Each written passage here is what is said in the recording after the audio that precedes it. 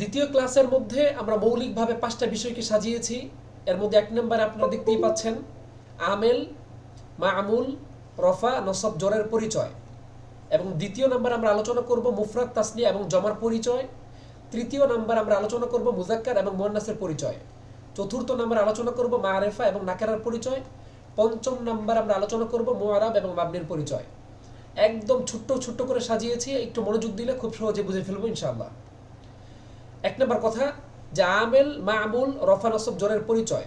তা আমেল কাকে বলে? গতকালকে আমরা এটা পড়েছিলাম, আমরা আবারও পড়ছি এটা, যে আমেল বলা হয় যেই শব্দটা এসে পরিবর্তন ঘটাবে তাকে বলা হবে আমেল। যেমন ফিল বাইতি, আমি যদি আপনাদেরকে জিজ্ঞেস করি যে আল বাইতির নিচে জের দিয়েছে কি, আপনারা কি বলতে পারবেন? অবশ্যই পারবেন। হরফে জোর আসার কারণে। হরফে যারা আসার কারণে, তাহলে যেই শব্দটা মানে ফি, এই ফির কারণে বাইতির নিচে জের হয়েছে, তাহলে যার কারণে জের হবে বা যার কারণে পরিবর্তন হবে পরবর্তী শব্দের মধ্যে তাকে বলা হবে আমেল। অতএব আমরা বলতে পারি ফিটা হচ্ছে আমেল, তাই না? আর যেহেতু আমল করেছে বাইতুনের মধ্যে, তাহলে আমরা বলতে পারি বাইতুনটা হচ্ছে মা'মুল, মানে যার মধ্যে পরিবর্তন ঘটাবে। দেখেন, যার মধ্যে পরিবর্তন ঘটাবে তাকে বলা হবে মা'মুল। তাহলে আমরা বলতে পারি ফিটা হচ্ছে আমেল আর আল বাইতিটা হচ্ছে মা'মুল। আমাদেরকে আমেল এবং মা'মুলটা মোটামুটি ক্লিয়ার হয়েছে। তারপরে দেখি আমরা পেশ কাকে বলে, মানে রফা। আমরা অনেক সময় বলবো যে এটাতে রফা হয়েছে, এটাতে নসব হয়েছে, তখন নসব শুনলে যেন এটা ভিন্ন কিছু মনে না হয়। নসব মানে জবর। পেশকে রফা বলে, যেমন আলহামদু, এখানে পেশ হয়েছে, এই পেশকে বলা হয় রফা। পরে ইন্না জাইদান, এই যে এখানে জবর হয়েছে, এই জবরটাকে বলা হয় নসব। আর এই যে ফিল বাইতি, এটা হচ্ছে জের, এই জেরটাকে বলা হয় আপনার জার, হরফুল, এটাকে বলা হয় জার, জার মানে জের। তাহলে আমরা বুঝতে পারলাম পেশকে বলা হয় রফা, নসবকে বলা হয় আফওয়ান, জবরকে বলা হয় নসব এবং জেরকে বলা হয় জার। রফা জমার মধ্যে পার্থক্য কি? দুম্মা এটা আসলে উর্দুতে ব্যবহৃত হয়, প্রথমত কথা হচ্ছে এটা উর্দুতে ব্যবহৃত হয় 1 নাম্বার। এবং দ্বিতীয়ত হলো যে 2 পেশ যদি হয় তাহলে আপনি জুম্মা বলতে পারেন। 1 পেশ হলে রফা, 1 পেশ হলে রফা। কথা বুঝতে পেরেছেন? আসলে রফা, নসব, জর, এই যে বিষয়টা, এটাকে একটু ক্লিয়ার করে বললে এভাবে বলতে পারি যে রফা হচ্ছে 1 পেশ, আর জুম্মা বললে 2 পেশ, এরকম আর কি। পরে নসব বললে 2 জবর, 2 জবর 2 জের 2 পেশকে নসব বলে। আবার 1 জবর 1 জের 1 পেশ হইলে ফাতা হইতো, এটাকে ফাতা বলতাম। কথা বুঝতে পেরেছেন? 1 পেশ হলে রফা, 2 পেশ হলে জুম্মা, এরকম আর কি। তারপরে আপনার 1 জবর হলে ফাতা হইতো, এটাকে ফাতা বলতাম। আর যেহেতু 2 জবর হচ্ছে তাই নসব বললাম, এরকম আর কি। এটা আসলে খুব বেশি পার্থক্য নেই, খুব বেশি পার্থক্য করার দরকারও নেই। রফা, নসব, জর বলতে আমরা রফা বলতে পেশ বুঝবো, আর জবর বললে নসব বুঝবো, আর জেরকে বললে আমরা জার, হরফু মানে জার বুঝবো। ঠিক আছে ইনশাল্লাহ? আচ্ছা ঠিক আছে। তাহলে আমাদের প্রথম আলোচনাটা ক্লিয়ার হয়েছে। এখানে আমরা শিখেছি আমেল কাকে বলে, মা'মুল কাকে বলে, এবং শিখেছি রফা কাকে বলে, নসব কাকে বলে এবং জর কাকে বলে। এখন আমরা চলে যাচ্ছি সরাসরি দ্বিতীয় অধ্যায়ের মধ্যে। তো দ্বিতীয় অধ্যায়ের মধ্যে আমরা আলোচনা করব মুফরাদ, তাসনিয়া, জমায়ের পরিচয়। মুফরাদ কাকে বলে? গতকালকে কিন্তু আমরা এটা পড়েছিলাম। মুফরাদ বলা হয় এক বচনকে। মুফরাদ কয় বচনকে বলা হয়? এক বচনকে। যেমন আমি যদি বলি যে কলামুন, তাহলে অর্থ হচ্ছে একটা কলম, তাহলে এটা হচ্ছে এক বচন, মানে মুফরাদ। যদি বলি কিতাবুন, এটা এক বচন, তাহলে এটা হচ্ছে আপনার মুফরাদ। যদি বলি আমি জাওয়ালুন, একটা মোবাইল, এটা হচ্ছে একটা একক শব্দ এবং একটি অর্থ বোঝাচ্ছে, এটাকে বলা হবে মুফরাদ। মানে একক শব্দকে বলা হয় মুফরাদ। আর দ্বিবচন যেটা মানে তাসনিয়া হবে, দ্বিবচনকে বলা হয়, আমরা তো বাংলাতে জানি দুইজন, সহজ কথা, দ্বিবচন মানে দুইজন। দুইজন হলে বলা হবে তাসনিয়া বা মুসান্না। যেমন আপনারা দেখেন কলামানি, কলামানি মানে দুইটা কলম। তারপর আপনার বললাম আমি জাওয়ালানি, দুইটা মোবাইল। বললাম আমি দুইটা ঘর, বাইতানি, দুইটা ঘর। তাহলে যেখানে দুইটা আসবে, দুইটা ঘর, দুইটা ঘর, দুইটা বাড়ি, দুইটা কলম, এরকম যেখানেই আসবে সেটাকে আমরা বলে ফেলবো যে এটা তাসনিয়া বা মুসান্না। দুইটাই বলা যায়, তাসনিয়াও বলা যায় বা মুসান্নাও বলা যায়, সমস্যা নেই। এবং 3 নাম্বার, এক বচনও না, দ্বিবচনও না। যদি হয় বহু বচন, অনেকগুলো কলম, অনেকগুলো খাতা, অনেকগুলো ঘর, তাহলে এটাকে বলা হবে জমা। যেমন আকলামুন, আকলামুন অর্থ হচ্ছে অনেকগুলো কলম।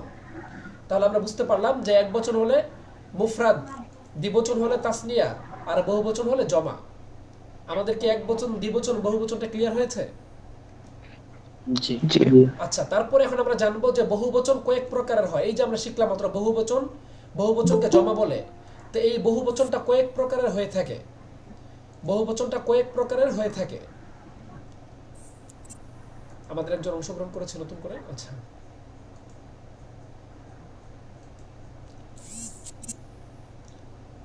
আমরা আশা করবো আবু জোর ভাই আগামীকাল থেকে আরো আগে অংশগ্রহণ করবেন ইনশাআল্লাহ। চেষ্টা করা যাবে ইনশাআল্লাহ।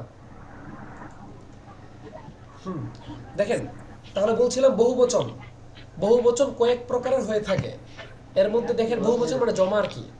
এই বহুবচন কয়েক প্রকারের হয়ে থাকে। এক নাম্বার জমায়ে তাসহিহ, জমা মানে বহুবচন, তাসহিহ মানে বিশুদ্ধ, বিশুদ্ধ বহুবচন। দুই নাম্বার এমন জমা যেটা তাকসির মানে ভাঙ্গা হয়েছে। আমি কি করে সব বিস্তারিত বলবো আপনাদেরকে। দুই নম্বর হচ্ছে জমায়ে তাকসির, দুইটা পেলাম। তিন নম্বর হচ্ছে জমায়ে কিল্লাতুন, জামউ কিল্লাতিন। এবং চার নম্বর জামউ কাসরা, জমায়ে কাসরাত। তাহলে বলেন তো দেখি জমা কয় প্রকার? চার প্রকার। জমা কয় প্রকার ভাই? চার প্রকার। চার প্রকার। প্রথম প্রকারের নাম হচ্ছে জমায়ে তাসহিহ। জমায়ে তাসহিহ মানে কি? এটা কিন্তু সঙ্গে এখানে দেওয়া নাই কেন? এটার কারণ আছে, কারণ আপনারা যেন ক্লাসে বেশি মনোযোগ দিতে পারেন সেই জন্য আমি এটার সংখ্যাটা দেই নাই। জমায়ে তাসহিহ কেন বলা হয়? দেখেন, আমরা যদি বলি মুসলিমুন, এটা কি এক বচন নাকি বহু বচন? একজন মুসলিম, এক বছর। এক বচন মানে মুফরাদ। তাহলে মুসলিমুন, দেখেন মুসলিমুনের পরে কি আসছে? জমা আসছে মুসলিমুনা। এখানে কিন্তু দেখেন এই যে মিম সিন লাম মিম, মুসলিমুন পরে শুধু যুক্ত হয়েছে কিন্তু ওয়াও নুন। তাহলে এই জমার মধ্যে কি ওয়াহেদের ওজন ঠিক আছে নাকি নাই? আছে। হ্যাঁ, কারণ মুসলিমুন এটাও আছে মুসলিমুন, মিম সিন লাম মিম, আবার মুসলিমুনা এখানেও কিন্তু মিম সিন লাম মিম। তাহলে এখানেও মানে জমার মধ্যে ওয়াহেদের ওজনটা ঠিক আছে, মানে মুফরদের ওজনটা ঠিক আছে। মেহেরবানি করে একটু মিউট করে দিই, একটু আওয়াজ আসতেছে। হ্যাঁ, তো বলছিলাম যে মুসলিমুন থেকে মুসলিমুনা, তাহলে যেই জমার মধ্যে এক বচনের ওজন ঠিক থাকবে। আওয়াজ আসতেছে কেন? ইনি হচ্ছে কি হলো? ক্লাস করতেছে। আচ্ছা, একটু মিউট করি সবাইকে।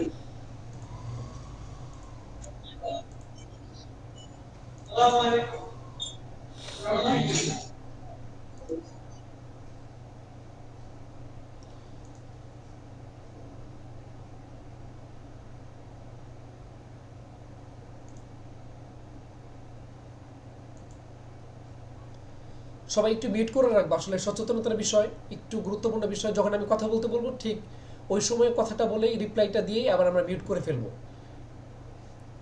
হ্যাঁ, তো বলছিলাম যে যেই জমার মধ্যে ওয়াহেদের ওজন ঠিক থাকবে, তাহলে আমরা দেখতেই পাচ্ছি যে মুসলিমুন হচ্ছে এক বচন মানে মুফরাদ, আর এটার জমা হচ্ছে মুসলিমুনা। তাহলে এক বচনের ওজন কিন্তু জমার মধ্যে ঠিক আছে, মিম সিন লাম মিম এখানে আসছে। তাহলে যেখানে যেই জমার মধ্যে এক বচনের ওজন ঠিক থাকবে তাকে বলা হয় জমায়ে তাসহিহ। তাহলে আমি যদি আরেকটা উদাহরণ দেই, যেমন আমি বললাম ধরেন মুশরিকুন, অর্থ হচ্ছে মুশরিক। এখন মুশরিকুনের জমা কি আপনারা একটু বলেন তো দেখি। মুশরিকুনা, মুশরিকুনের জমা কি? মুশরিকুনা। তাহলে এখানে এই যে মুশরিকুনের জমা যে হলো, এই জমার মধ্যে কি ওয়াহিদের ওজন ঠিক আছে নাকি নাই? ঠিক আছে। তাহলে যে এক বচন থেকে জমা হবে, ওই জমার মধ্যে যদি ওয়াহিদের ওজনটা ঠিক থাকে, তাহলে এটাকে বলা হবে জমায়ে তাসহিহ, জমায়ে তাসহিহ বলা হবে। আশা করি বুঝতে পেরেছেন। তারপর ইনশাআল্লাহ। দুই নাম্বার জমায়ে তাকসির কাকে বলে? জমায়ে তাকসিরটা আরো সহজ, যে এক বচনের ওজন যার মধ্যে ঠিক থাকে না। যেমন আমরা জানি কলামুন কিন্তু এক বচন মানে একটা কলম মানে মুফরাদ, এক বচন, কিন্তু এটার জমাটা কি? আকলামুন, অনেকগুলো কলম। দেখছেন এখানে কিন্তু কলামুন, এখানে আকলামুন, এখানে কোনো ঠিক আছে আমরা কি বলছি? কলামুনা, আমরা কি এরকম বলেছি? বলি নাই। তাহলে এখানে এক বচনের ওজনটা ঠিক নাই, অতএব এটা হচ্ছে জমায়ে তাকসির মানে ভাঙ্গা জমা, মানে জমাটা হচ্ছে এমন বহুবচন, তাকসির মানে যেটা ভাঙ্গা হয়েছে, মানে কলামুনটাকে ভেঙ্গে আকলামুন বানানো হয়েছে। অতএব এটাকে বলা হবে জমায়ে তাকসির। অর্থাৎ যেই জমার মধ্যে ওয়াহেদের ওজন ঠিক থাকে না তাকে বলা হয় জমায়ে তাকসির। আশা করি বুঝতে পেরেছেন। তারপর দেখেন জাহমারিশু, কেউ কিছু বলবেন নাকি?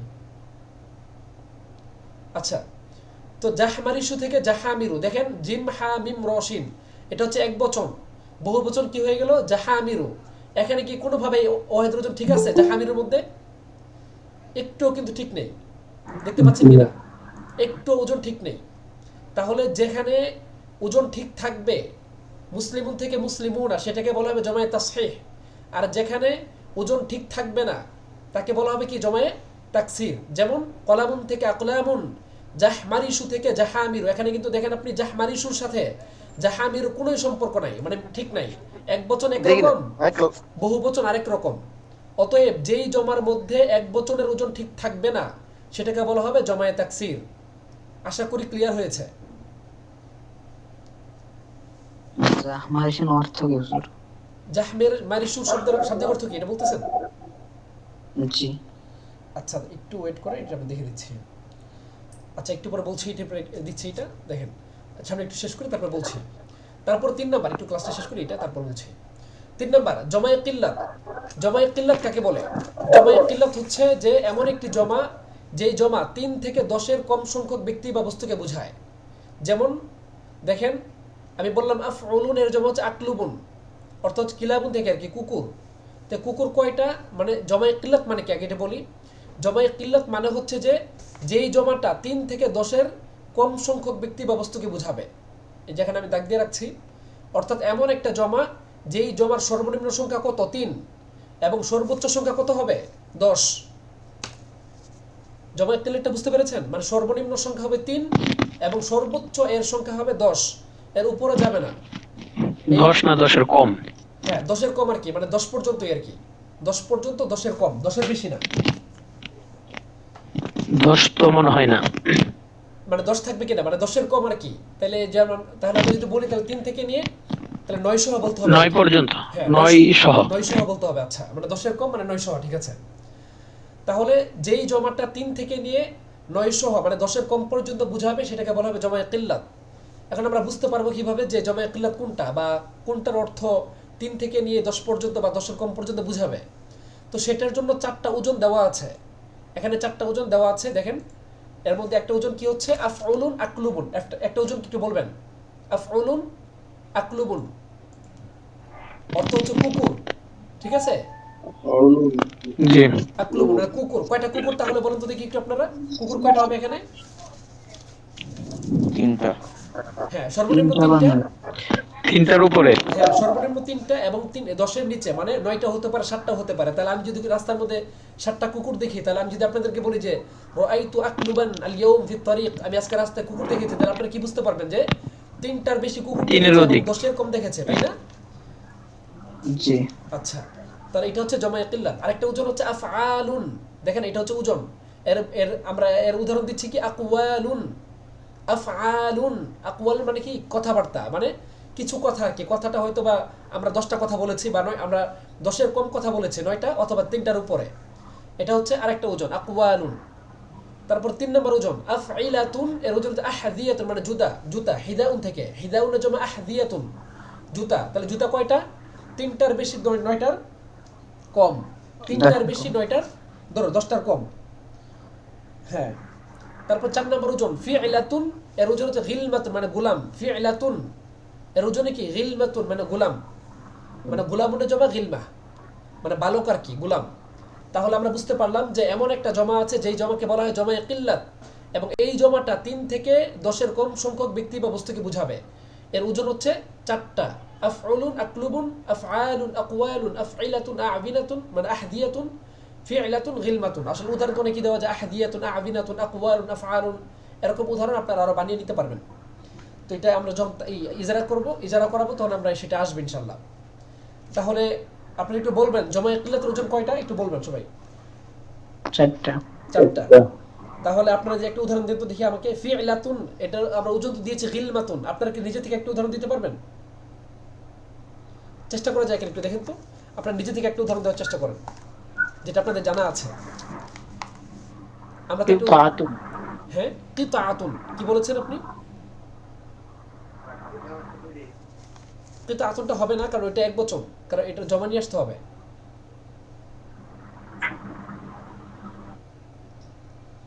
একটু ট্রাই করে দেখেন। আমি বলি না কেউ বলতে পারবেন? চেষ্টা করা যায় কিনা একটু দেখেন। আমি বলে দিচ্ছি আরেকটা, সমস্যা নেই। আচ্ছা আমি বলি তাহলে ফিইলাতুন এর ওজন গিলমাতুন। আমরা আরেকটা উদাহরণ পড়ব যে ইখওয়াতুন। দেখেন সহজ একটা শব্দ আমরা সবাই জানি। আখুনের জমা কি ভাই? ইখওয়াতুন। আখুনের জমা কি? দেখছেন এই যে মিলে গেল। তাহলে গিলমাতুন ইখওয়াতুন। তাহলে ইখওয়াতুন বলতে কয়টা ভাই বোঝায়? 3-এর বেশি এবং 10-এর কম। তাহলে আমরা শিখে ফেললাম এটা। পর আফইলাতুনের জমা আমরা উদাহরণ দিচ্ছি কি আহদিয়াতুন। আপনারা একটা উদাহরণ দিতে দেন তো দেখি। আরেকটা উদাহরণ দেওয়ার ট্রাই করেন একটু দেখি পারা যায় কিনা। আহমিদাতুন। হ্যাঁ কি আহমিদাতুন? জি। আচ্ছা ঠিক আছে মাশাআল্লাহ। তারপরে আরেকটা উদাহরণ দেন আফআলুনের জমা কি হতে পারে? আকওয়ালুন আমরা দিয়েছি, আপনারা আরেকটা দিতে পারেন চাইলে। আকওয়ালুন। আকওয়ালুন তো আমরা দিয়েছি, আফআলুনের ওজনে আমরা দিয়েছি আকওয়ালুন। আপনার একটা নিজে মানে যেটা নেই এখানে সেটা একটা এরকম একটা উদাহরণ দেন। হ্যাঁ, আমওয়ালুন। আমওয়ালুন, আমওয়ালুন। মাশাআল্লাহ চমৎকার উদাহরণ দিয়েছেন। আমওয়ালুন একদম সহজ, যেটা সকলের জন্য সুবিধা। তাহলে কি পড়লাম আমরা? আমওয়ালুন। তাহলে আফউলুন এর ওজনে আরেকটা দেওয়া যায় না? আফউলুন হচ্ছে আকলুবুন, আমরা উদাহরণ দিয়েছি, আপনি একটা আপনারা একটা ট্রাই করেন।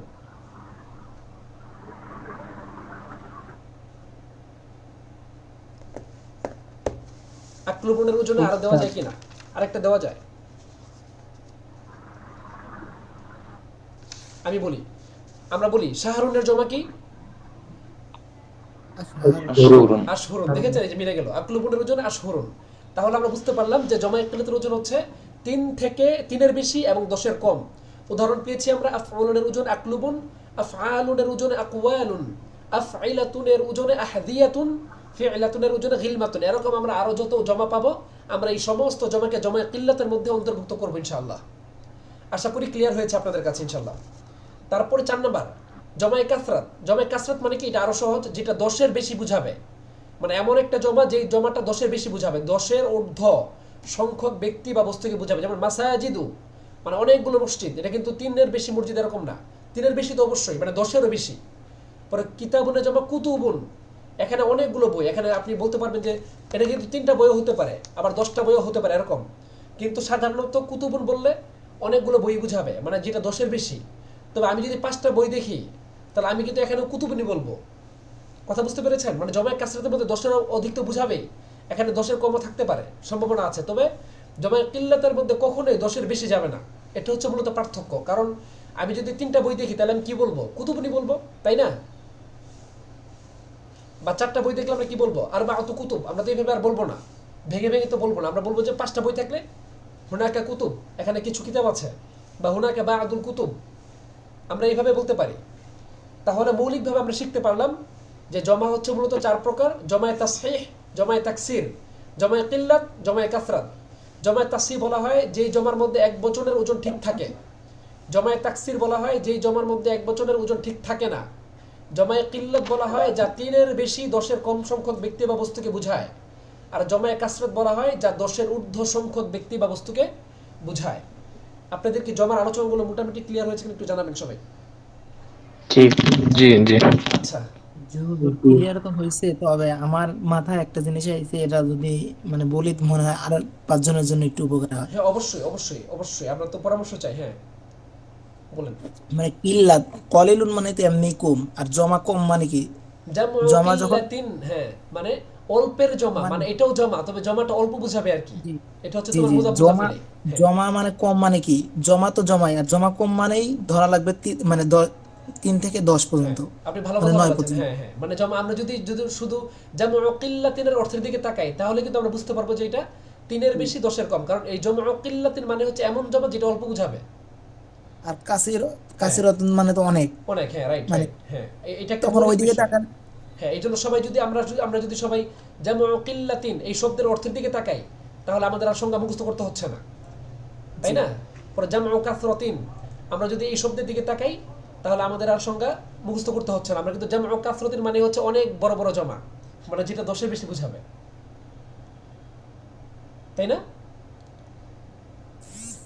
আশা করি ক্লিয়ার হয়েছে, তাই না? জি জি জি। আচ্ছা ঠিক আছে ঠিক। তাহলে। হুম, আচ্ছা ঠিক আছে। তাহলে এক ভাই জিজ্ঞেস করেছেন জাহমারিশু এর অর্থ কি? আসলে এই অর্থটা এভাবে আমার জানা নেই, আমি ইনশাল্লাহ এটা পরে জেনে জানাবো ইনশাল্লাহ, ঠিক আছে? এটা পড়েছি অনেক জায়গায় জাহমারিশু, কিন্তু এটার কোনো অর্থ এইভাবে পড়া হয়নি, এটা হয়তো বা একটু দেখতে হবে। আচ্ছা ঠিক আছে, ইনশাল্লাহ এটা জানাবো আমি খুব দ্রুতই। আচ্ছা দেখেন, তারপর 3 নম্বর, আমাদের 3 নম্বর আলোচনার বিষয়বস্তু হচ্ছে মুজাক্কার এবং মুয়ান্নাসের পরিচয়। মুজাক্কার কাকে বলে? মুজাক্কার সহজ কথা, যে পুরুষকে মুজাক্কার বলে, একদম সহজভাবে বলি, পুরুষকে মুজাক্কার বলে আর মেয়েদেরকে মুয়ান্নাস বলে। এখন আলোচনা আছে কিছু, যে যেই ইসিমের মধ্যে মুয়ান্নাসের কোনো আলামত নেই তাকে মুজাক্কার বলে। এখন আপনি বলবেন যে মুয়ান্নাস আলামত কোথায়, আমি তো চিনি না, সামনে আসবে, এটা সমস্যা নেই। তাহলে যেই ইসিমের মধ্যে মুয়ান্নাসের আলামত নাই তাকে কি বলে ভাই? মুজাক্কার বলে। যেমন কলামুন, জাইদুন, এগুলোর মধ্যে মুয়ান্নাসের আলামত নাই।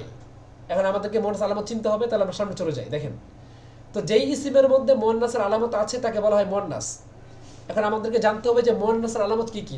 এই মুয়ান্নাসের আলামত আমরা চিনলেই আমরা বুঝে ফেলবো যে কোনটা মুজাক্কার আর কোনটা মুয়ান্নাস। দেখেন, তো মুয়ান্নাসের আলামত হচ্ছে 4টা। মুয়ান্নাসের আলামত কয়টা ভাই? 4টা। 1 নাম্বার তায়ে মালফুযা, মানে এমন একটা তা, মানে গুলতা আর কি, সহজ কথা। তায়ে মালফুযা মানে এমন একটা তা যেই তাটা উচ্চারিত হয়, লাফযুন মালফুযাতুন মানে যেই তাটা উচ্চারিত হয়, যেমন সাইয়ারাতুন, এখানে কি তাটা উচ্চারিত হচ্ছে নাকি হচ্ছে না? হচ্ছে। তাহলে তায়ে মালফুযা উচ্চারিত তা, এটা হচ্ছে আপনার মুয়ান্নাসের একটা আলামত। তাহলে সাইয়ারাতুন এটা কি মুজাক্কার নাকি মুয়ান্নাস? ইমরাআতুন মহিলা, এটা মুয়ান্নাস। ফাতিমাতু এখানে একটা তা আছে, এটা মুয়ান্নাস। তারপর আমি আরো বলতে পারি মাদরাসাতুন মুয়ান্নাস, আমি বলতে পারি মুআসসাসাতুন প্রতিষ্ঠান, এটা মুয়ান্নাস। তাহলে যেই সমস্ত নাফিদাতুন দাররাজাতুন আরো যা যা আপনারা জানেন, যেই সমস্ত শব্দের শেষে তায়ে মালফুযা মানে গুলতা থাকবে, উচ্চারিত তা থাকবে, ওই তাটা হচ্ছে মুয়ান্নাসের তা। এটা কি ক্লিয়ার হয়েছে? হামজাতুন কি মুয়ান্নাস হবে? জি জি উস্তাদ। হ্যাঁ, হামজাতুন। হামজাতুন এটা আমি এটা বলবো এখন। হ্যাঁ, তলহাতু এখানে আমি এটা বলে দিব, এখন আমি এটা বলতে চাচ্ছিলাম এখনই। আচ্ছা বলছি। তো তলহাতু আর হামজা, দেখেন এখানে যদিও একটা গোলতা আছে এবং তলহাতু এখানে একটা গোলতা আছে, আপনারা বলেন তো দেখি, তলহা আর হামজা এটা কি কোনো মেয়েদের নাম নাকি ছেলেদের নাম? ছেলেদের। ছেলেদের নাম। অতএব এখানে গোলতা থাকলেও এটা তো মেয়েদের নাম। জি না, মেয়েদের নাম না। হামজা কিন্তু হামজা রাদিয়াল্লাহু তাআলা আমরা জানি। পর তলহা, হামজা পুরুষ নাম। হ্যাঁ হামজা। আচ্ছা ছেলেদেরই নাম। ছেলেদের নাম। ওই যে আমরা পড়ি না যে কাতিলু হামজা, একটা গল্পের বই আছে, যে গল্পের বইয়ের মধ্যে হামজা রাদিয়াল্লাহু তাআলা আনহুকে হত্যা করেছে কে? ওই যে ওয়াহশী, আপনারা চিনেন মনে হয়, হয়তো গল্পটা পড়েছেন কিনা জানি না। ওয়াহশী তিনি পরবর্তীতে মুসলিম হয়েছেন। তো ওয়াহশী জি। একজন গোলাম ছিলেন। ওয়াহশী রাসূলুল্লাহ সাল্লাল্লাহু আলাইহি ওয়াসাল্লামের চাচা হামজা রাদিয়াল্লাহু তাআলা আনহুকে হত্যা করেছে, গুপ্ত হত্যা আর কি, দূর থেকে লুকিয়ে তিনি তীর দিয়ে আঘাত করে তাকে হত্যা করেছে। তাহলে এই যে হামজা, তা হামজা এটা পুরুষের নাম। অতএব পুরুষের নামের শেষে যদি গুলতা থাকে তারপরেও পুরুষ, এটা মুজাক্কারি থাকবে, আর মুয়ান্নাস হবে না। কথা বুঝতে পারি? এটা একটি ভিন্ন আর কি। এছাড়া যত জায়গায় গুলতা থাকবে সবাই স্থানের নাম থাকে না, স্থানের নামে সে যদি হামজা থাকে তখন সেটা কি হবে? যেমন উদাহরণ একটা দিতে পারেন, যেমন মুয়ান্নাসই হবে। যেমন দেন শুধু স্থানের নাম এমনিতেই তর্জমা যে মুয়ান্নাস। মুয়ান্নাস, এমনি মুয়ান্নাস। হ্যাঁ, যেমন ঢাকা, ঢাকা মুয়ান্নাস, বাংলাদেশ মুয়ান্নাস, স্থানের নাম এমনি মুয়ান্নাস। এছাড়া শুধুমাত্র তায়ে মালফুদা যেটা, সেটা মুয়ান্নাস। তবে পুরুষের শেষে যে তাটা থাকে, মানে কোনো পুরুষ নামের শেষে যে তাটা থাকে, ওই তা থাকা সত্ত্বেও এটা পুরুষই থাকবে, এটা মানে মুজাক্কারি থাকবে, এটা মুয়ান্নাস হবে না। এতটুকু একটা পার্থক্য আর কি। পরে আমরা তো তায়ে- বাংলা যেগুলো আমাদের সামনে আসতেছে এইগুলো তো বুঝতে পারতেছি যে এইগুলো পুরুষ, মানে পুরুষের নাম এই জন্য মুয়ান্নাস হবে, কিন্তু যখন আনকমন একটা শব্দ আসবে তখন কেমনে বুঝবো এটা? যেমন একটা উদাহরণ দিলে ভালো হতো, যেমন একটা উদাহরণ বা না জানি না জন্যই তো মানে আচ্ছা আচ্ছা, তাহলে আমি বলি এটা। হ্যাঁ আমি বলি, যেমন আমরা জানি যে ধরেন বাংলাদেশ, এটা আমরা জানি যে এটা কি মুজাক্কার নাকি, এটা আমরা জানি না এখন। ধরেন ফর এক্সাম্পল মুয়ান্নাস। এটা মুয়ান্নাস। কেন? আপনি এটা মনে রাখবেন যে সমস্ত স্থানের নাম মুয়ান্নাস। 1 নাম্বার, সমস্ত স্থানের নাম মুয়ান্নাস, তাইলে আর কোনো সমস্যা থাকবে না, ঠিক আছে? তারপর ধরেন আপনি আর যে কোনো পুরুষের নাম, আপনি এটা যদি গুলতা থাকেও আপনি তাকে পুরুষই বলবেন। আর এছাড়া যতগুলো তা থাকবে, যেমন আমি বললাম ধরেন আপনি দাররাজাতুন, নাফিদাতুন, পরে আমি কি বলবো আরো, মানে এছাড়া যতগুলো শব্দ পাবেন যেগুলো শেষে তা থাকবে, যেমন এই যে বোতল আছে এখানে একটা, বোতল আরবি কি? করুরতুন। তাহলে এরকম আপনি যেই সমস্ত শব্দের মধ্যেই আপনি তা দেখবেন, সেটাকে আপনি একদম অনায়াসে আপনি সেটাকে মুয়ান্নাস বলে ফেলবেন, সেটাতে কোনো সন্দেহ করার দরকার নেই। শরীরের কয়েকটা জোড়া অঙ্গ ব্যতীত সকল জোড়া অঙ্গই তো মুয়ান্নাস। হ্যাঁ হ্যাঁ, মানে যেই সমস্ত জোড়াগুলো দুইটা, যেমন ধরেন এটা এটা আমাদের সামনে আসবে, যেমন ইয়াদুন। আচ্ছা, এই আলোচনার সামনে আসবে ইনশাআল্লাহ, সমস্যা নেই, আমরা এগুলো আলোচনা করব। তো আপাতত যতটুকু বললাম যে গোলতা যদি থাকে তাহলে আপনি মুয়ান্নাস বলবেন, আর গোলতা যদি না থাকে তাহলে আপনি মুজাক্কার বলবেন। এটা আপাতত মনে রাখেন, ঠিক আছে? হ্যাঁ, তারপর সামনে আলোচনা আসবে ইনশাআল্লাহ। হ্যাঁ, তারপর দেখেন, তাহলে আমরা কি গেল? তায়ে মালফুদা গেল। 2 নাম্বার তায়ে মুকদ্দারা। তায়ে মুকদ্দারা মানে কি? মানে এমন একটা তা যে তাটা মুকদ্দারাতুন, মুকদ্দারা মানে উজ্জ্বল আছে, মানে লুকায়িত আছে, যেই তাটা লুকায়িত থাকে। যেমন শামসুন, নারুন, এখানে যদিও শামসুনটা দেখা যাচ্ছে যে কোনো তা নাই, নারুন কোনো তা নাই, কিন্তু তারপরেও এই দুইটা মুয়ান্নাস। এখানে আপনি বলতে পারেন যে তায়ে মুকদ্দারা আমি কোত্থেকে চিনবো? এখানে যে তা একটা উজ্জ্বল আছে ভিতরে ভিতরে, আমি তো জানি না, এটা আমি বুঝবো কখন যে এখানে উজ্জ্বল থাকবে? তো এটা বোঝার কোনো আলামত নাই। আলামত একটাই, সেটা হলো যে শুনে শুনে এটা আমাকে শিখতে হবে। মুআজ্জাম দেখতে হবে, মুআজ্জাম দেখে সেখানে দেখতে হবে যে এটিকে মুয়ান্নাস নাকি মুযাক্কার। যেমন শামসুন যদি আপনি খুলেন তাহলে আপনি দেখবেন যে পাশে লেখা আছে মিম লেখা আছে বা মুয়ান্নাস লেখা আছে।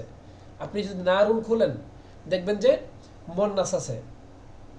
যেমন একটা উদাহরণ দিয়ে বলি আমি, যেমন আল্লাহ তাআলা বলেছেন কোরআনের মধ্যে কুল নারু ইয়া, আয়াতটি একটু বলবেন, কুল নারু কুনি বারদা ওয়া সালামান। কুলনা ইয়া নারু হ্যাঁ, কুনি। কুলনা ইয়া নারু। উনি বারদাও এই যে দেখেন আল্লাহ তাআলা কি বলছে, কুনি বারদা, কুনি বলেছেন আল্লাহ তাআলা কুনি। তাহলে আপনারা জানেন অনেকেই পড়েছেন যে কুন, কুনা, কুনু, কুনি, এটা হচ্ছে আমরের সিগা। কানা ইয়াকুনু থেকে, কানা মানে সে হয়েছে, কুন মানে তুমি হও, তো কুনি এটা হচ্ছে মুয়ান্নাসের সিগা। কুন, কুনা, কুনু এগুলো হচ্ছে আপনার সরফের সিগা। তো কুনি এটা জি। আল্লাহ মুয়ান্নাস এনেছে। তাহলে নার শব্দটা যেহেতু মুয়ান্নাস, এইজন্য আল্লাহ তাআলা বলেছে যে কি কুনি বারদা ওয়া সালামা, কুনি হে আগুন তুমি হয়ে যাও, বারদান ওয়া সালামান ঠান্ডা এবং শীতল শান্তিময় তুমি হয়ে যাও। তাহলে আমরা বুঝতে পারলাম কি যে শামসুন নারুন এগুলো হচ্ছে মুয়ান্নাস। এগুলো চিনার আলামত কি? আলামত হলো আমাদেরকে মুআজ্জাম দেখতে হবে, আমাদেরকে মুআজ্জাম দেখে দেখে শিখতে হবে, বা যারা সৌদি আরবে থাকেন বা যারা আরববাসীতে আছেন তাদের কথা শুনে শুনে আমাদেরকে বুঝতে হবে যে এটা মুয়ান্নাসে, এটা হচ্ছে মুয়ান্নাস। এই যে আমরা এখানে একটা কথা লিখেছি দেখেন, মনে রাখতে হবে যে তায়ে মুকাদ্দারা ইসিমকে মুয়ান্নাসে সামাই বলে। এই যে দেখছেন মুয়ান্নাসে সামাই বলে। তাই মুকাদ্দারা যে সমস্ত আছে মুয়ান্নাস আছে তাদেরকে কি বলে? মুয়ান্নাসে সামাই।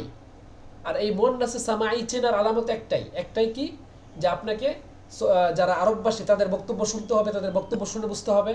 অথবা এই যে কোরআন থেকে উদাহরণ দিলাম, এই যে উদাহরণ দিলাম কুনি বারদা ওয়া সালামা, এখানে আল্লাহ তাআলা আগুনকে সম্বোধন করে কুনি শব্দ ব্যবহার করেছে। অতএব কুনি এই বাক্যটাই আমাদেরকে বুঝিয়ে দিচ্ছে যে নার শব্দটা মুয়ান্নাস। অনুরূপভাবে আমাদেরকে মুআজ্জাম দেখতে হবে। এইভাবেই আমরা তায়ে মুকাদ্দারা যে মুয়ান্নাস এটা আমরা চিনে ফেলতে পারবো ইনশাআল্লাহ। এটা মুখস্থ করতে হবে। ধরেন আপনি তায়ে মুকাদ্দারা বেশি আছে এমন না, এরকম আপনি হয়তো 50টা বা 100টা বাক্য এই শব্দ পাইতে পারেন যেগুলো তা নাই, তারপরে মুয়ান্নাস খুব বেশি না, কিন্তু এগুলো আপনি চাইলে একটা চার্ট করে মুখস্থ করে ফেলতে পারেন। কথা বুঝতে পেরেছেন?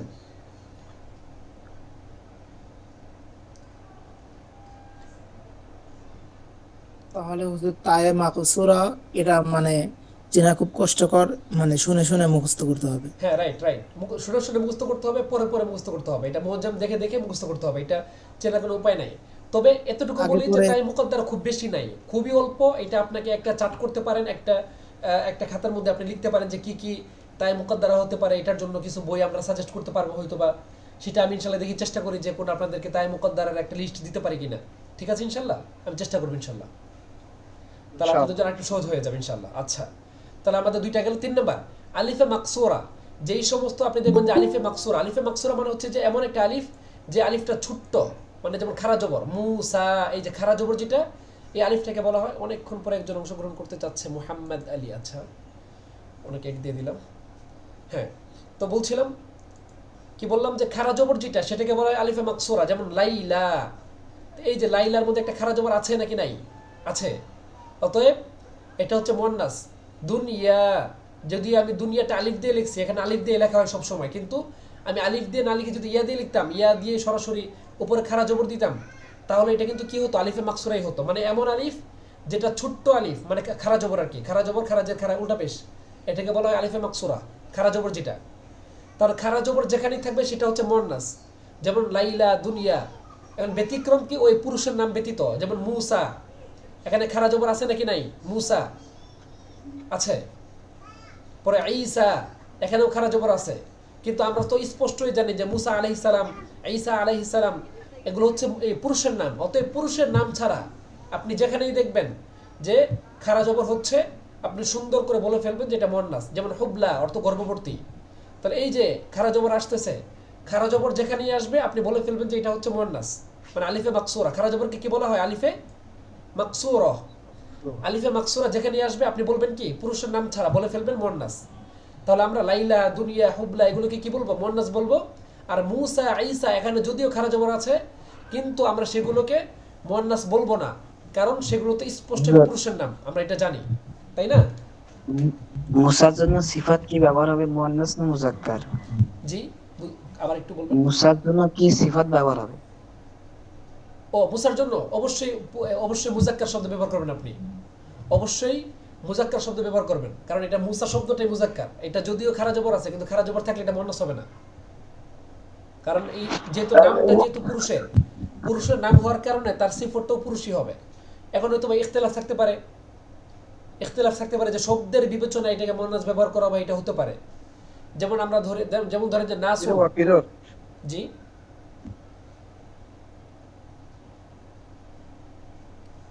জি কিছু বলবেন?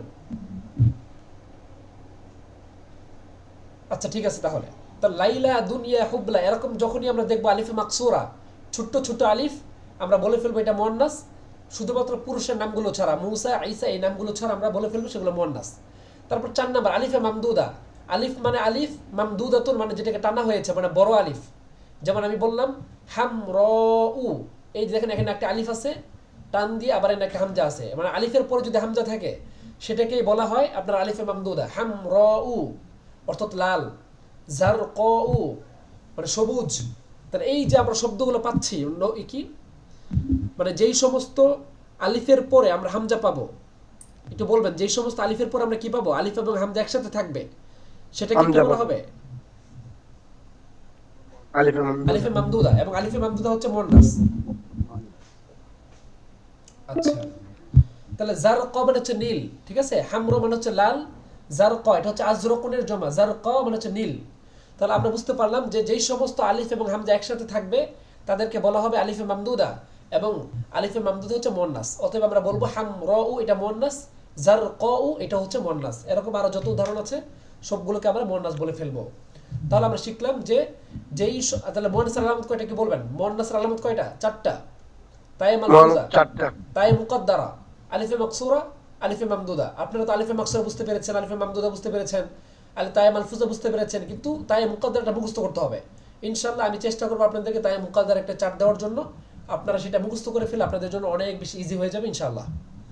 মামদুদার বিষয়টা ওই যে মানে লাস্টে ওই যে গোল হামজা থাকলে ওটা মামদুদা। জি জি, গোল হামজা বলতে আলিফ এবং হামজা একসাথে থাকতে হবে। দেখেন আলিফ এবং হামজা, জারকাউ, এই যে আলিফ এবং হামজা একসাথে আসছে না, দেখেন এই যে এটা আলিফ আর হামজা যদি থাকে তাহলে আপনি বলবেন যে এটা হচ্ছে আলিফে মামদুদা, আর আলিফে মামদুদা মুয়ান্নাস। তাহলে আমরা বুঝতে পারলাম মুয়ান্নাস আলামত হচ্ছে 4টা। এই 4টা আলামত যেখানেই আপনি পাবেন সেটাকে বলবেন মুয়ান্নাস, আর এই 4টা আলামত আপনি যদি না পান তাহলে বলবেন মুজাক্কার। এখন দেখেন তাহলে মুজাক্কার কাকে বলে? এবার আমরা প্রথম লাইনে চলে যাই। প্রথম লাইনে কি লিখছি আমরা? যেই ইসিমের মধ্যে মুয়ান্নাসের কোনো আলামত নাই তাকে মুজাক্কার বলে। এখন আপনারা বলেন কলামুন এটার মধ্যে কি তায়ে মালফুজা আছে নাকি নাই? নাই। 1 নাম্বার পাইলাম। 2 নাম্বার শামসুন এটার মধ্যে তাটা উজ্জ্বল নাই। এটা কেন নাই? এটা নাই আর কি। এটা আমি আপনাদেরকে চার্ট দিলে পরে বুঝতে পারবেন যে এটা নাই। আচ্ছা, পরে কলামুন এখানে কলামা, এখানে কি খারাজ আছে কোনো? নাই। পরে কলমাউ এখানে কি আলিফ আর হামজা আছে? তাও নাই। অতএব 4টা আলামতের একটাও আমরা কলামুনের মধ্যে পাই নাই, জাইদুনের মধ্যে পাই নাই। অতএব আমরা বলে ফেলতে পারি কলামুন এবং জাইদুন এটা হচ্ছে মুজাক্কার। ক্লিয়ার হয়েছে? জি জি। জাযাকুমুল্লাহ। তারপর এখন আমরা জানবো যে এই যে মুয়ান্নাস আমরা পড়লাম 4টা আলামত সহকারে, এই মুয়ান্নাস আবার 2 প্রকার। একটু আওয়াজ করে বলবেন মুয়ান্নাস কয় প্রকার ভাই? 2 প্রকার। দেখেন মুয়ান্নাস 2 প্রকার। তো মুয়ান্নাস হাকিকি আর মুয়ান্নাস গায়র হাকিকি। আগে দাগ দিয়ে রাখি, দাগ দিলে সহজ হবে। এই যে মুয়ান্নাস হাকিকি একটা আর একটা হচ্ছে মুয়ান্নাস গায়র হাকিকি। তো মুয়ান্নাস হাকিকি কাকে বলে? একদম আমরা যদি মুয়ান্নাসে হাকিকি এই শব্দের দিকে তাকাই তাহলে আমাদের জন্য স্পষ্ট হবে। মুয়ান্নাস মানে কি? মুয়ান্নাস মানে মুয়ান্নাস মেয়ে, আর হাকিকি মানে কি? বাস্তবিকভাবে বা প্রকৃত। হাকিকি মানে কি? প্রকৃত, তাই না? তো প্রকৃতভাবে যেটা মুয়ান্নাস, অর্থাৎ আমরা যদি সহজ করে বলি যে যেই মুয়ান্নাসের মধ্যে প্রাণ আছে, মানে যেই মুয়ান্নাসের মধ্যে প্রাণ আছে, যেমন আয়েশাতু, তো আয়েশা যেই মেয়েটা, ওই মেয়ের মধ্যে কি প্রাণ আছে নাকি নাই? সে কি চলাফেরা করতে পারে না? পারে। অতএব এটা হচ্ছে মুয়ান্নাস হাকিকি। পরে দাজাজাতুন এটা হচ্ছে একটা এই আপনার কি বলে এটাকে, মুরগি, ঠিক আছে? তাহলে এটা দাজাজাতুন, মুরগি কি চলতে পারে না? চলতে পারে না? চলতে পারে। অতএব যেই সমস্ত মুয়ান্নাসের মধ্যে আপনার কি থাকবে? রূহ থাকবে, প্রাণ থাকবে, তাকে বলা হবে মুয়ান্নাস হাকিকি। আবার বলেন তো একটু কি বললাম? যেই মুয়ান্নাসের মধ্যে প্রাণ থাকবে তাকে বলা হয় মুয়ান্নাস হাকিকি। একটু বলেন। যে মুয়ান্নাস প্রাণ থাকে তাকে মুয়ান্নাস হয়। প্রাণীর মধ্যে প্রাণ থাকবে তাকে মুয়ান্নাস হাকিকি। রাইট।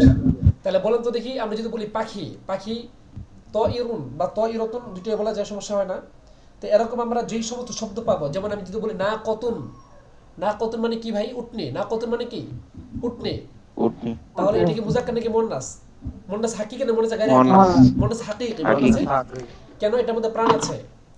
তারপরে দেখেন যার মধ্যে প্রাণ নাই তাকে বলা হয় মুয়ান্নাসে গায়রে হাকিকি, বা মুয়ান্নাসে গায়রে হাকিকির অপর নাম হচ্ছে মুয়ান্নাসে লাফজি মাজাজি। এটা মনে রাখবেন, অনেকেই আসলে শুধুমাত্র জানে যে মুয়ান্নাসে গায়রে হাকিকি, কিন্তু মুয়ান্নাসে মাজাজি বললে আর বুঝতে পারে না, বা মুয়ান্নাসে লফজি বললেও বুঝতে কষ্ট হয়ে যায়।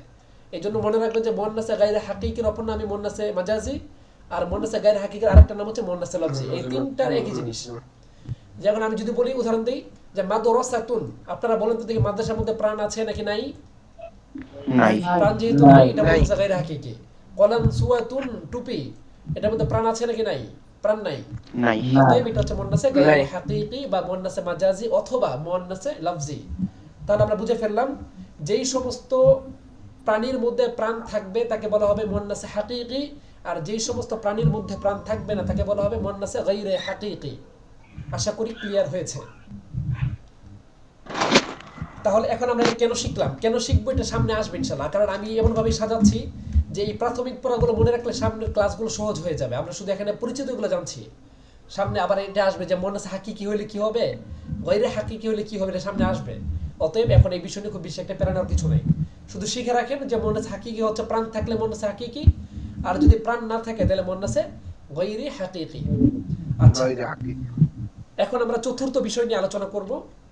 চতুর্থ বিষয় হচ্ছে মারিফা এবং নাকেরার পরিচয়। আপনারা কি সবাই লাইনে আছেন নাকি কয়েকজন ঘুমিয়ে যাচ্ছেন? আছি। আছে উস্তাদ।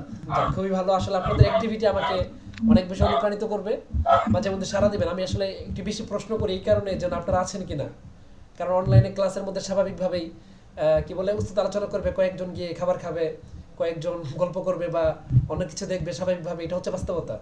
তো সেই জন্য একটু প্রশ্ন করি যে আপনাদের অ্যাটেনশনটা যেন ধরে রাখতে পারি।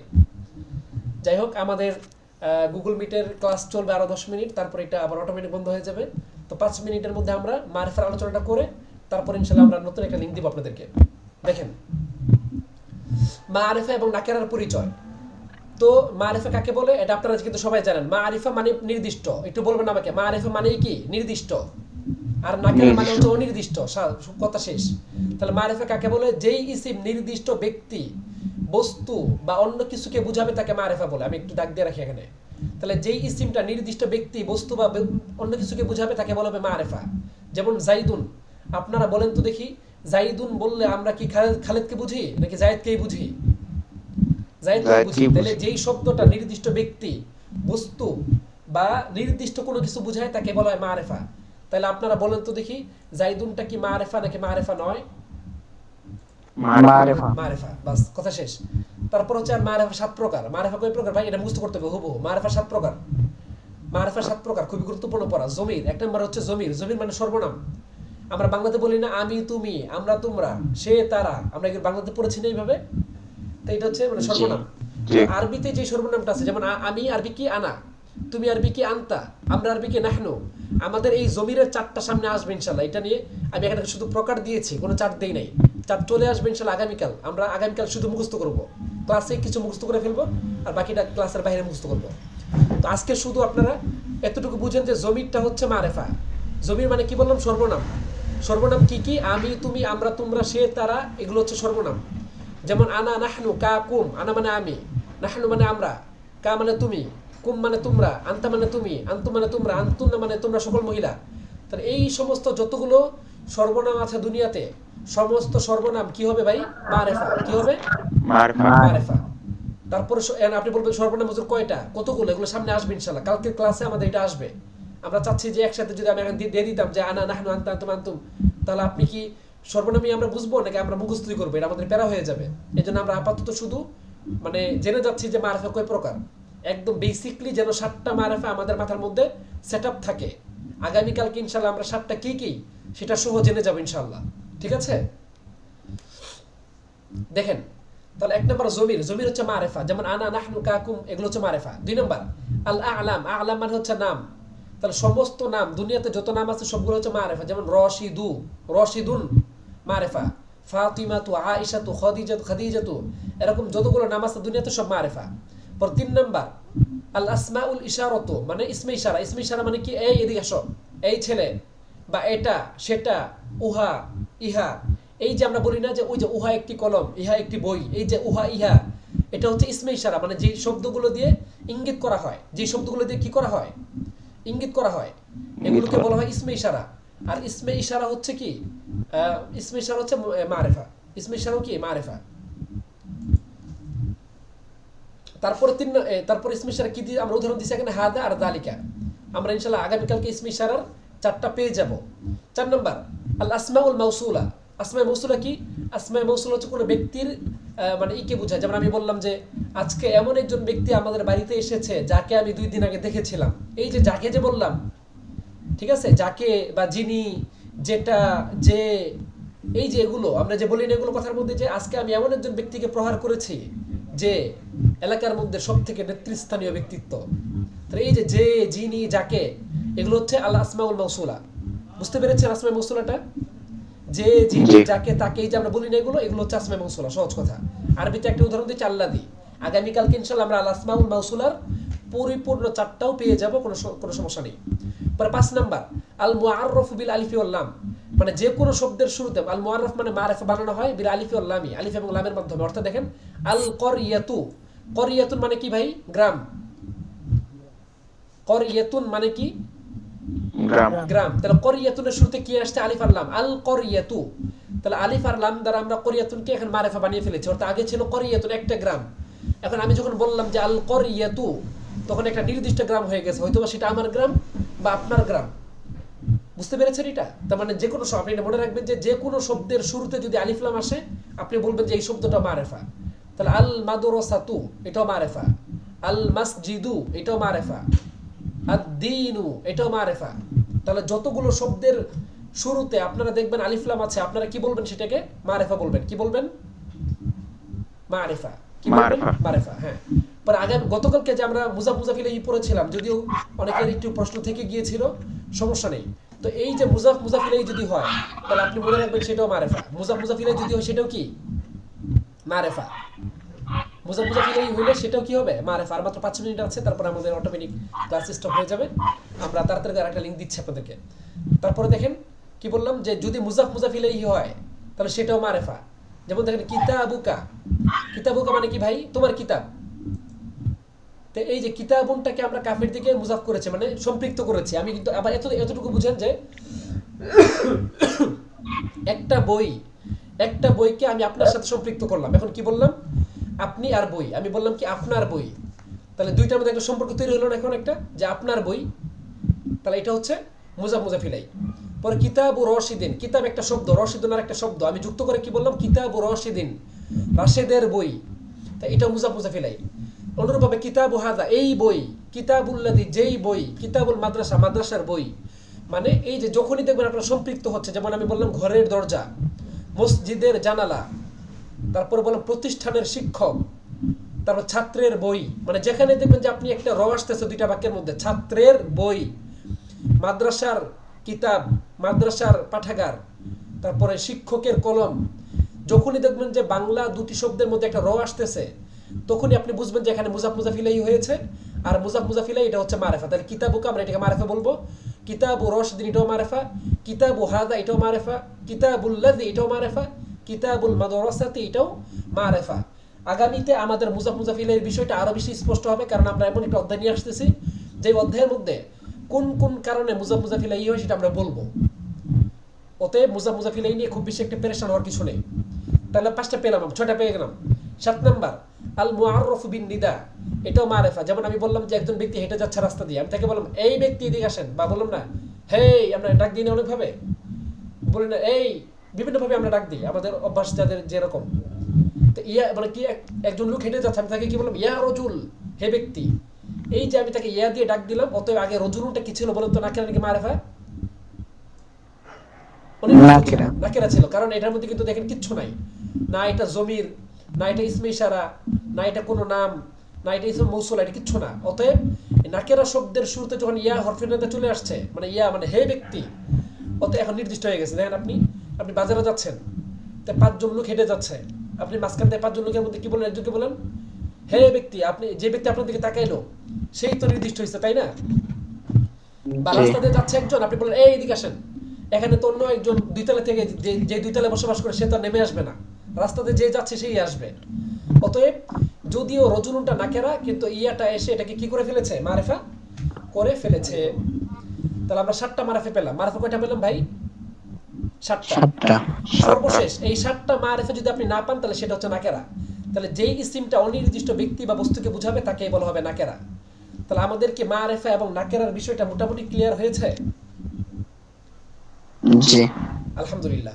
তো আগামীকালকে ইনশাআল্লাহ আমরা জমির, তারপর নাম, ইসমে ইশারা, ইসম মৌসুলা, তারপর আলিফ লাম, এগুলোর যতগুলো চার্ট মানে হচ্ছে যে যতগুলো জমির হতে পারে, যতগুলো নাম হতে পারে, যতগুলো ইসমে ইশারা হতে পারে, এগুলোর বিস্তারিত একটা অধ্যায় আমরা আনবো, যেখানে আপনারা খালি মুখস্থ করবেন আগামীকাল।